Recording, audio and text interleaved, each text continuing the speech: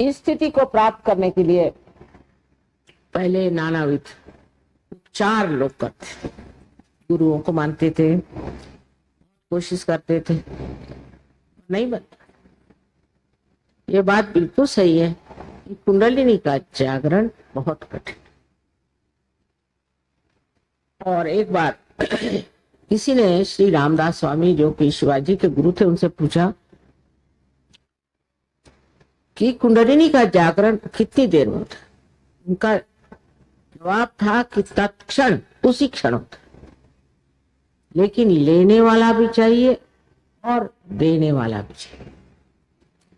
तो लेने वाले तो मुझे दिखाई दे रहे हैं सामने बैठे, और ये जमाना ऐसा है, इस जमाने में आदमी एक कश्मकश में इतना ज्यादा, ये जमाना ही कलयुग की घोर कलाओं का त्रासित मानव का एक बहुत ही जालिम जमाना है।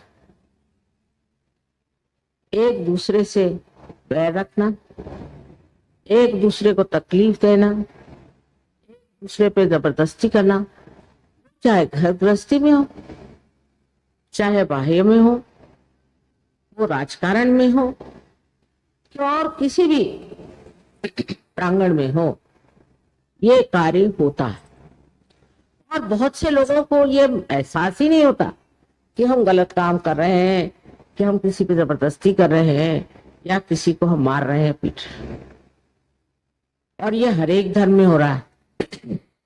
ऐसा कोई धर्म नहीं जहां मारपीट नहीं, जहां आफत नहीं। और लोग इस बात को मानने को तैयार ही नहीं है। उनका धर्म सारे धर्म से ऊंचा नहीं, कोई विशेष धर्म नहीं। अगर आपका धर्म ऐसा विशेष है तो क्यों मर रहे हो, क्यों ऐसी हालत हो रही, क्यों तकलीफ में पड़े हो। हमारा धर्म सबसे ऊंचा है। अगर कल दूसरे धर्म में पैदा होते तो उस धर्म के लिए आप यही बात, धर्म को लेकर लड़ना, यह परमात्मा के लिए बड़ी भारी लांछना, बहुत बड़ी लांछना। वो जमाना था, उस जमाने में जैसी जरूरत थी उन लोगों ने वो बात, पर उनको अदल बदल के ये वो करके और दूसरी बातें सामने ला करके और परमात्मा के नाम पे लड़ना, इससे बढ़ के और कोई पाप नहीं। दूसरों को मारना भगवान के नाम पर, पीटना भगवान के नाम पर। जो परमात्मा क्षमाशील, दयाशील, करुणा के सागर, उनका नाम लेकर के ऐसे दारुण कार्य करना किसी भी धर्म की लांछना। किस चीज के लिए लड़ रहा है? कोई जमीन के लिए लड़ रहा है। ऐसे लोग जो निराकार में विश्वास करते हैं वो जमीन के लिए लड़ रहे हैं।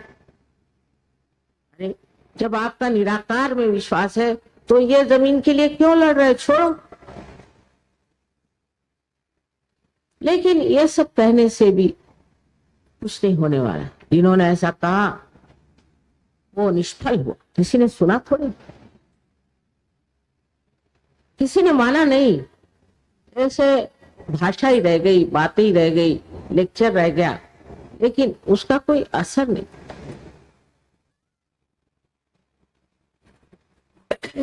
कारण ये कि मनुष्य अंधकार में अज्ञान के पड़ा हो।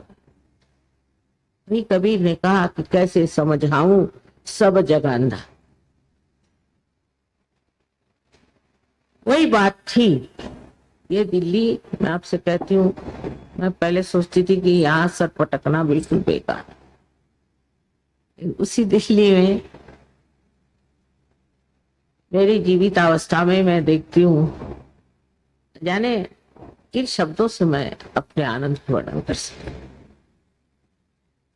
इस जगह जहाँ कुंडलिनी का नाम किसी ने सुना था, किसी से कुंडलिनी की बात करो तो कहते कि आप हॉरोस्कोप देख के, मैं अपना हॉरोस्कोप लेके आता हूँ। सो मैं कहती थी कि यहाँ कौन कैसे होगा कुछ मालूमात ही नहीं, कैसे होगा।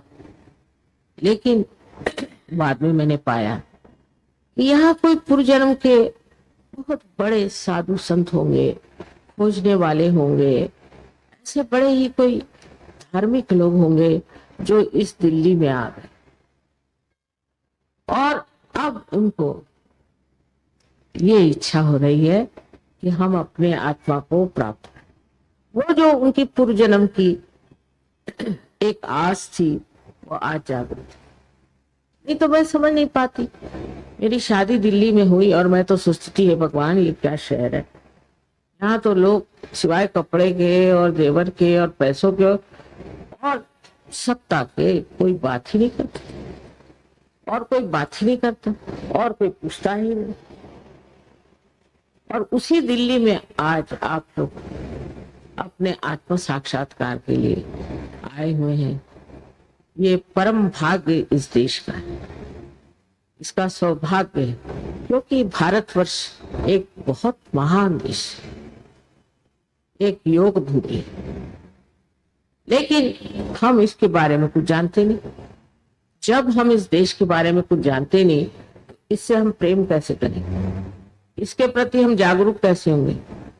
मैं हैरान, लंदन जैसे जगह में रहती थी, वहां का इंग्लैंड देश इतना सा है, इतना सा, उसमें कुछ कहना चाहिए कि हिंदुस्तान कितना जनान है, बहुत ही कम लोग, पर हर एक आदमी चप्पा चप्पा जानता है, हर एक बात मानता है और बड़े गौरव से। कोई चीज है नहीं गौरवशाली, सच बात तो।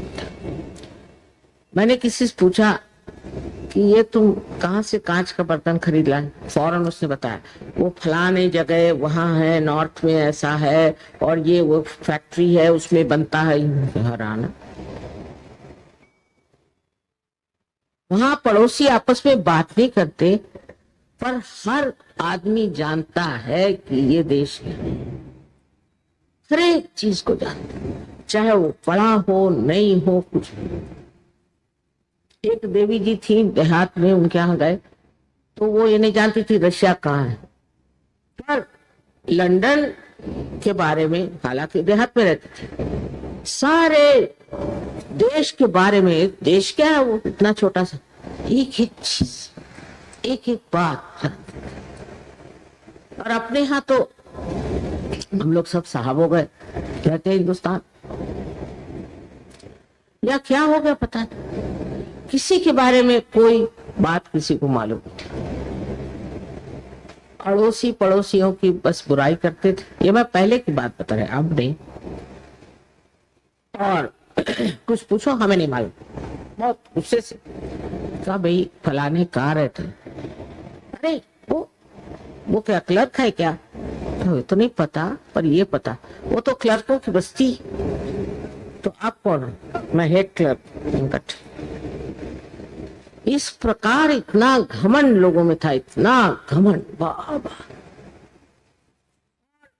जहां तहां देखो छोटी छोटी बातों में सबको बड़ा अपने बारे में ये कि मैं ये हूं, मैं फलाना हूं, मैं ठिकाना हूं। वही हाल पुराने दिल्ली में, वही हाल नई दिल्ली में। और किस बात का घमंड था तो मुझे मालूम नहीं, लेकिन एक तरह का ऐसा वातावरण था, संभ्रांत जिसे, इल्यूजन, संभ्रांत। सबको कोई न कोई इल्यूजन में बैठा हुआ था कि मैं ये हूं, मैं वो हूं, वैसा हूं। आप पुरानी दिल्ली में जाइए तो वहां आप पूछे भला फलानी उसकी दुकान का, क्यों साहब हमारी दुकान क्या बुरी, यहाँ बैठिए आप।